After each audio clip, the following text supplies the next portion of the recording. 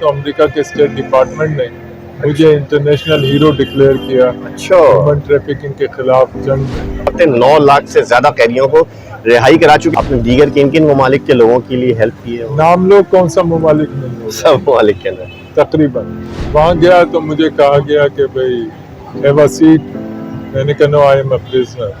مجھ پہ الزام تھا کہ میں نے عبداللہ شاہ غازی کے مزار پہ تقریر کی ہے مارشاء اللہ کے خلاف اور ڈیموکریسی کے فیور میں۔ میں نے کوشش کی کہ پاکستان کو اس کا عزت، اس کا مقام دلاؤں، پاکستان میں اس کو ریکگنائز کیا جائے، پاکستان میں اس کی دنیا کو بتایا جائے کہ پاکستانی یہ کام بھی کرتے ہیں۔ ایک لمبی کہانی ہے یہ، اس پہ تو اگر فلم بنتی تو مزہ آ جاتا، لوگ کہتے کہ یار ایسا بھی تھا۔ رب سے پہلے اس کے بندوں کو راضی کرنا۔ السلام علیکم، ہم موجود ہیں کراچی پریس کلب کے اندر اور میرے ساتھ ایک موجود ہے پاکستان کے سپر ہیرو انصار بڑنی صاحب۔ ان کی صرف آپ کو ایگزامپل دے سکتا ہوں کہ ایک انڈین فلم کے اندر سلمان خان نے ایک مووی کی تھی جس کے اندر ایک بچی کو سلمان خان بطور ہیرو واپس لے کے گئے تھے۔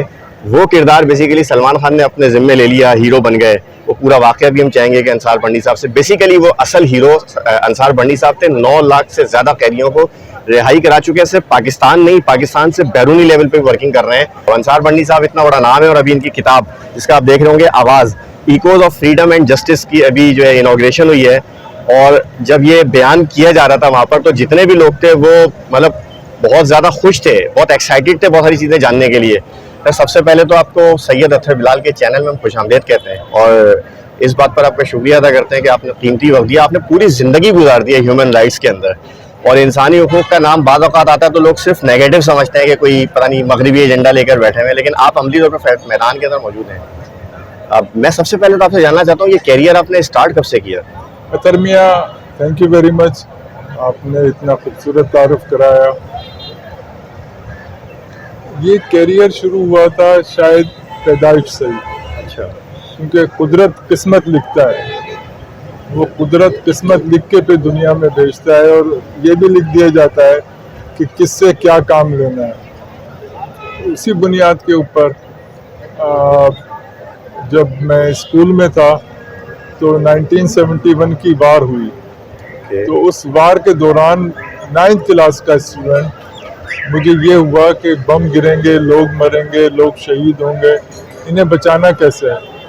تو میں سول ڈیفنس کے آفس پہنچ گیا اور ان کو کہا کہ میں سول ڈیفنس کے لیے کچھ خدمت کرنا چاہتا ہوں۔ آج خود پہنچ گیا؟ میں وہاں پہنچ گیا تو انہوں نے کہا آپ تو چھوٹے ہیں کافی، آپ کیا کریں گے؟ میں نے کہا بھاگ دوڑ تو کر سکتا ہوں۔ تو انہوں نے کہا ٹھیک ہے، انہوں نے مجھے پھر وارڈن بنا دیا اس علاقے کا، نارتھ ناظم آباد میں۔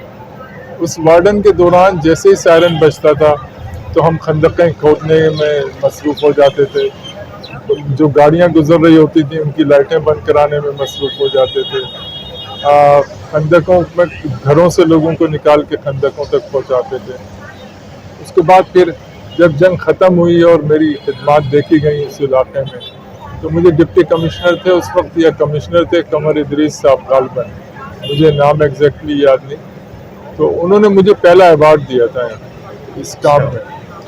تو وہاں سے جذبہ بڑھا اور اس کے بعد پھر میں نے اسٹوڈنٹ لیڈرشپ میں آ گیا۔ اسٹوڈنٹ لیڈرشپ کے دوران چونکہ آپ کو لڑنا پڑتا ہے لوگوں کے حقوق کے لیے، تو مجھے گرفتار کر لیا گیا، مارشاء اللہ لگی تھی۔ اس دوران مجھے جب جیل بھیجا گیا تو میرے انگوٹھوں میں اور میرے گھٹنوں میں بجلی کے کرنٹ دیے جاتے تھے کہ میں کسی طریقے سے یہ کام چھوڑ دوں یا میں کسی طریقے سے پیچھے ہٹ جاؤں یا حکومت کے خلاف میں کوئی بات نہ کروں۔ اس دوران پھر اللہ تبارک و تعالیٰ راستے نکالتا ہے۔ جو پہلا معاملہ تھا وہ یہ تھا کہ ایک قیدی تھا جو اس طریقے سے جا رہا تھا، نابینا تھا، راشا تھا اس کے جسم میں، تو میں نے اس کا ہاتھ تھام لیا، تو مجھے ایسا لگا میں نے رب نے میرا ہاتھ تھام لیا۔ ارے کیا بات ہے آپ کہ رب نے میرا ہاتھ تھام لیا ہے۔ میں نے اس سے کہا بابا تم کس کیس میں ہو؟ کہنے لگے میں ایک دکان میں بیٹھا تھا اورنگی ٹاؤن میں، وہاں کسی کا قتل ہوا، پولیس آئی، اس نے مجھ سے پوچھا تم نے دیکھا؟ تو مجھے تو نظر ہی نہیں آتا، میں تو نابینا ہوں۔ تو انہوں نے پھر مجھے ہی اس کیس میں بند کرا دیا۔ تو یہ میرے لیے ایک بہت عجیب سی بات تھی کہ یہ کیوں ایسا ہے۔ میں نے وہاں فیصلہ کیا کہ میں نے اب لا کرنی ہے اور لا کر کے میں نے لوگوں کے مسائل حل کرانے ہیں, ان کو انصاف دلانا ہے. اور بس پھر زندگی شروع ہو گئی, اور ایک کیس, دوسرا کیس, تیسرا کیس, 9 لاکھ کے قریب قیدیوں کی رہائی ہوئی ہے, ان کو گھروں تک پہنچایا ہے. بچے چائلڈ کیمل جوکیز کے لیے لے جائے جاتے تھے, بھیک کے لیے لے جائے جاتے تھے, ان کو نکالنا. لڑکیوں کو دھوکہ دے کے لے جایا جاتا تھا, ان کو غلط کاموں میں استعمال کرنا. پھر میں نے کچھ نہیں کیا, جو کچھ کیا اس نے کیا. پھر وہ کرتا رہا, مجھے سامنے رکھتا رہا, کام اس کے تھے, عزت مجھے دلوا رہا. تو یہ سب کچھ اس کے اختیار کی چیزیں ہیں. اور مجھے یہ تھا کہ صرف ایک دکھ ہوتا تھا جب کوئی بڑا اچھا کام کرتا تھا, تو مجھے یہ ہوتا تھا کہ پاکستان میں اس کو ریکگنائز کیا جائے, پاکستان میں اس کی دنیا کو بتایا جائے کہ پاکستانی یہ کام بھی کرتے ہیں. لیکن مجھے دکھ یہ ہوا کہ مجھے زیادہ تر ایوارڈ جو ہیں دنیا بھر سے ملے, پاکستان میں وہ ریکگنیشن نہیں ہوئی. میری ریکگنیشن نہیں کرتے, ملک کا نام تو آگے بڑھا دیتے, لیکن وہ بھی کسی نے نہیں سوچا, کیونکہ سب اپنی اپنی زندگی میں مگن ہیں. لیکن میں نے کوشش کی کہ پاکستان کو اس کا عزت, اس کا مقام دلاؤں. بہت سارے کام ایسے ہوئے جو دنیا میں ناممکن تھے, لیکن اللہ نے مجھ سے کرائے. اور پھر ہیومن ٹریفکنگ کے حوالے سے تو امریکہ کے اسٹیٹ ڈپارٹمنٹ نے مجھے انٹرنیشنل ہیرو ڈکلیئر کیا ہیومن ٹریفکنگ کے خلاف جنگ میں. اچھا سر, میں نے ابھی آپ کے اس میں ہیومن ٹریکنگ کا بھی آپ نے تذکرہ کیا کہ امریکن ڈپارٹمنٹ نے آپ کو ہیرو قرار دیا ہے, اور افسوس ہے کہ پاکستان کے اندر آپ جیسے لوگوں کو اتنے زیادہ ریکگنائزیشن نہیں دی جاتی میرے حساب سے. یہ جو آپ ایک بتا رہے تھے کہ جہاز جا رہا ہوتا ہے اور قزاق آتے ہیں اور وہ لے جاتے ہیں, وہ کیا بیسیکلی سلسلہ ہوتا ہے, اور آپ وہ کو کیا ایسا ہیلپ تھا کرتا ہے اس کہ کے اندر؟ صومالیہ کا جو علاقہ ہے وہاں پہ ہیومن ٹریفکنگ بہت زیادہ ہوتی تھی, اور وہاں پہ جو صومالی پائرٹس ہیں وہ بہت زیادہ ہیں. جو بھی شپ گزرتا تھا کوشش کرتے تھے ہر شپ کے اوپر چڑھ جائیں, قابو کریں اس کو, اور پھر اس پہ رینسم مانگتے تھے. تو مجھے ایک دفعہ ایک فیملی آئی اور اس نے کہا کہ ان کے کچھ لوگ ہیں جو صومالیہ میں پھنسے ہوئے ہیں سمندر کے اندر, اور 2.1 ملین ان سے مانگے جا رہے ہیں ڈالرز, غریب فیملی. تو میں نے اس پہ کوئی خاص توجہ اس لیے نہیں دی کہ مجھے پتہ نہیں تھا اس وقت کی ہیومن ٹریفکنگ ہوتی کیا ہے, یا پائرٹ سے کیا, مجھے پتہ نہیں کون پائرٹس کیسے ہوتے ہیں, کیا ہوتا ہے. میرا تو جیلوں کا کام مجھے پتہ ہے, پائرٹ وہ جس کو بحری قزاق جو عام لوگوں کے لیے بتاتے ہیں, بحری قزاق کی بات. قزاق ہیں. تو میں پھر چلا گیا, مجھے لندن میں کوئی کام تھا, میں وہاں چلا گیا. تو مجھے گورنر سندھ اشرت العباد صاحب کا میسج آیا کہ انصار میاں ایسا نہیں ہو سکتا کہ آپ واپس آ جاؤ, کچھ کام ہے. تو میں نے کہا کہ میں ابھی تو آیا ہوں, کسی کام سے ہی آیا ہوں. تو کہنے لگے ایک فیملی آئی ہوئی ہے, ان کے کچھ لوگ جو ہیں ایک شپ پہ پھنسے ہوئے ہیں. تو میں نے کہا یار یہ میرے پاس آئی تھی, لیکن ہم کیا کر سکتے ہیں. کہنے لگے تم سب کچھ کر سکتے ہو. اچھا, میں نے کہا چلو اللہ کی ذات سے اگر یہ بات ہے. میں پھر آیا, پھر ہم نے بات چیت شروع کی قزاقوں سے, ان سب کو رہائی دلوائی. رہائی دلوانے کے باوجود ایسے ایسے واقعات ان کے کراچی پہنچنے تک ہوئے کہ جو ناقابل بیان ہیں. پائرٹس پھر پیچھے لگ گئے, پھر انہیں دوسرے اس پہ شپ پہ موو کیا, پھر ایک لمبی کہانی ہے یہ. اس پہ تو اگر فلم بنتی تو مزہ آ جاتا, لوگ کہتے کہ یار ایسا بھی تھا. تو کیونکہ اس زمانے میں جو شپ گزرتے تھے انہیں اسلحہ لے جانے کی اجازت نہیں تھی, گارڈ رکھنے کی اجازت نہیں تھی. لیکن جب ہم نے ایم وی سوئس کا معاملہ اٹھایا اور اس پہ آواز اتنی زیادہ اٹھی کہ حکومت بھی انوالو ہو گئی, غیر ملکی ادارے بھی انوالو ہو گئے, تو پھر اب امریکہ کی طرف سے اجازت مل گئی ہے یا دیگر ملکوں کی طرف سے کہ شپ گارڈز کے ساتھ وہاں سے گزر سکتے ہیں. کیونکہ یہ آتے تھے بوٹ کے اوپر, چھوٹی بوٹ کے اوپر جو کشتی نما ہوتی ہے, بیٹری سے چلنے والی, تو اس پہ آتے تھے. وہ تیز بھاگتی ہے, شپ اتنا تیز نہیں جاتا, اس کی اسپیڈ پہ یہ جاتے تھے اور اوپر وہ پھینکتے تھے رسے. اچھا, اور پھر وہ اوپر سے پانی مارتے تھے ان پہ, کیونکہ وہ اسلحہ تھا نہیں ان کے پاس, تو یہ چڑھ جاتے تھے. اس کے بعد اسلحہ ان کے پاس تھا, یہ ان کو یرغمال بنا دیتے تھے. تو یہ سارا ختم ہوا, ہم نے ان کو رہائی دلوائی, وہاں سے لے کے آئے. ایک موقع پہ یہ سوال آیا کہ صرف پاکستانیوں کو نکالیں, میں نے کہا نہیں, اچھا, کیونکہ اللہ جو ہے وہ سب کا ہے. کیا بات. کیا بات ہے. اور اس نے ہی مجھے چنا ہے. جب اس نے مجھے چنا ہے تو میں اس کے حکم کی تعمیل کروں گا. نبی علیہ الصلوۃ والسلام کی زندگی کو پڑھ لو تو تمہیں پتہ چلے گا ہیومن رائٹس ہوتے کیا ہیں. تو پھر ہم نے اس کو وہاں سے سب کو رہائی دلوائی, ان کے ممالک بھیجا, سری لنکا کے تھے, انڈیا کے تھے, پاکستان کے تھے اور دیگر ملکوں کے لوگ تھے اس کے اوپر. آپ تو واقعی سپر ہیرو ہو گئے نا سب کے لیے. ہیرو تو نہیں, اللہ کا ہیرو بن جاؤں تو. ناظرین ایک بڑی مزے کی بات یہ ہے کہ انصار بڑنی صاحب کی ابھی اسپیچ میں نے اس کتاب کی انوگریشن کے دوران میں سنی, جس کی تقریب کے اندر ہم موجود ہیں. تو ایک بڑی زبردست بات کی کہ میری ساری زندگی کی خواہش یہ ہے کہ اللہ تعالیٰ کے جب جاؤں تو اللہ تعالیٰ کے فخر سے بتا سکے اور اللہ تعالیٰ بغیر حساب کتاب کے ان کاموں کے بدلے لے جائے. یہ بڑی اچھی بات کی.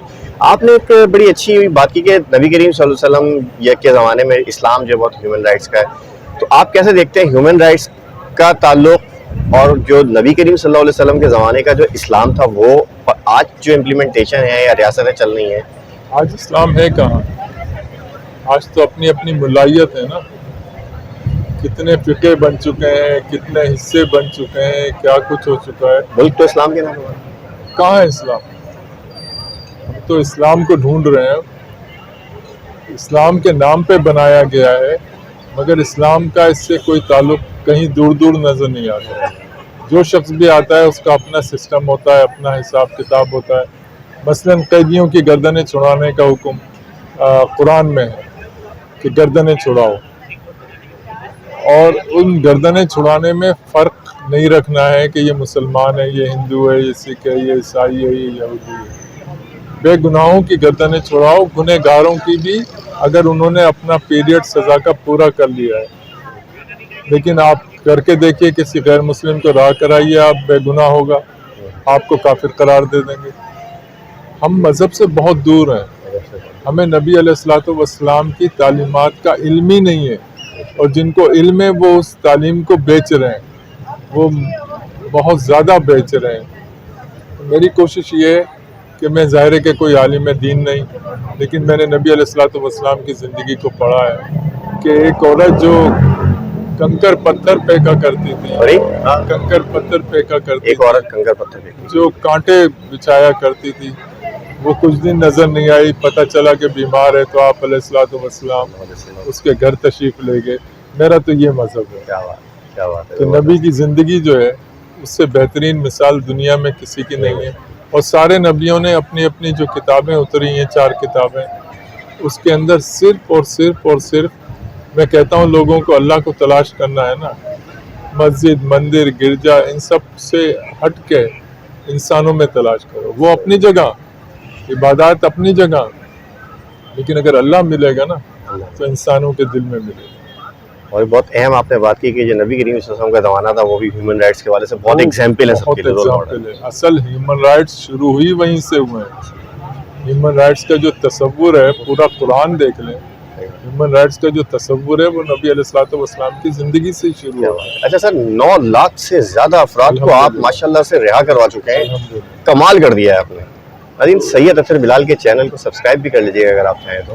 میرے ساتھ بہت خوبصورت مہمان, بہت ہی خوبصورت, بلا ان کو ہم بچپن سے آئیڈیلائز کرتے ہیں. میری خوش قسمتی ہے کہ ساتھ بیٹھنے کو 9 لاکھ بچوں کو آپ نے رہائی دلوائی. مطلب ہر بچے کی الگ اسٹوری ہوگی, کیسے ممکن کر لیا اتنا بڑا کارنامہ؟ جب آپ ٹھان لیتے ہیں نا کہ یہ کرنا ہے, اور سب کچھ اپنے آپ کو سپرد اللہ کر دیتے ہیں کہ وہی حفاظت کرنے والا ہے, وہی آپ کو کامیابی دلوانے والا ہے, تو آپ دیکھیں گے کہ میری زندگی معجزوں سے بھری ہوئی ہے. اچھا. پھر معجزے ہوتے چلے جاتے ہیں, راستے بنتے چلے جاتے ہیں. شروع میں لگتا ہے مار دیے جاؤ گے, یہ ہو جائے گا. آپ کی زندگی میں کوئی ایسا واقعہ آیا کچھ آپ کو لگتا ہے کچھ واقعہ ہوگا؟ میری زندگی کا جو اصل واقعہ ہے, جہاں سے میں نے ابتدائے عشق میں پڑھا ہوں, جی. انگوٹھے میں کرنٹ, گھٹنے میں کرنٹ, اس کے بعد آتا تھا میں تو 23 نمبر بیرک تھی ایک کراچی سینٹرل جیل میں, اس کے سامنے ایک بہت بڑا درخت تھا, وہ شاید اب کٹوا دیا ہے ان لوگوں نے. وہ گولائی میں بہت بڑا تھا, تو اس سے لگتا ہے کہ کئی سو سال پرانا تھا. تو اس کی فٹ پاتھ بنی ہوئی تھی, تو میں وہاں سے آ کے اپنے پاؤں سیدھے کرتا تھا اور بیٹھ جاتا تھا کہ بھئی. تو ایک دن ہوا یہ کہ میں 3 دفعہ جا چکا تھا جیل. اچھا.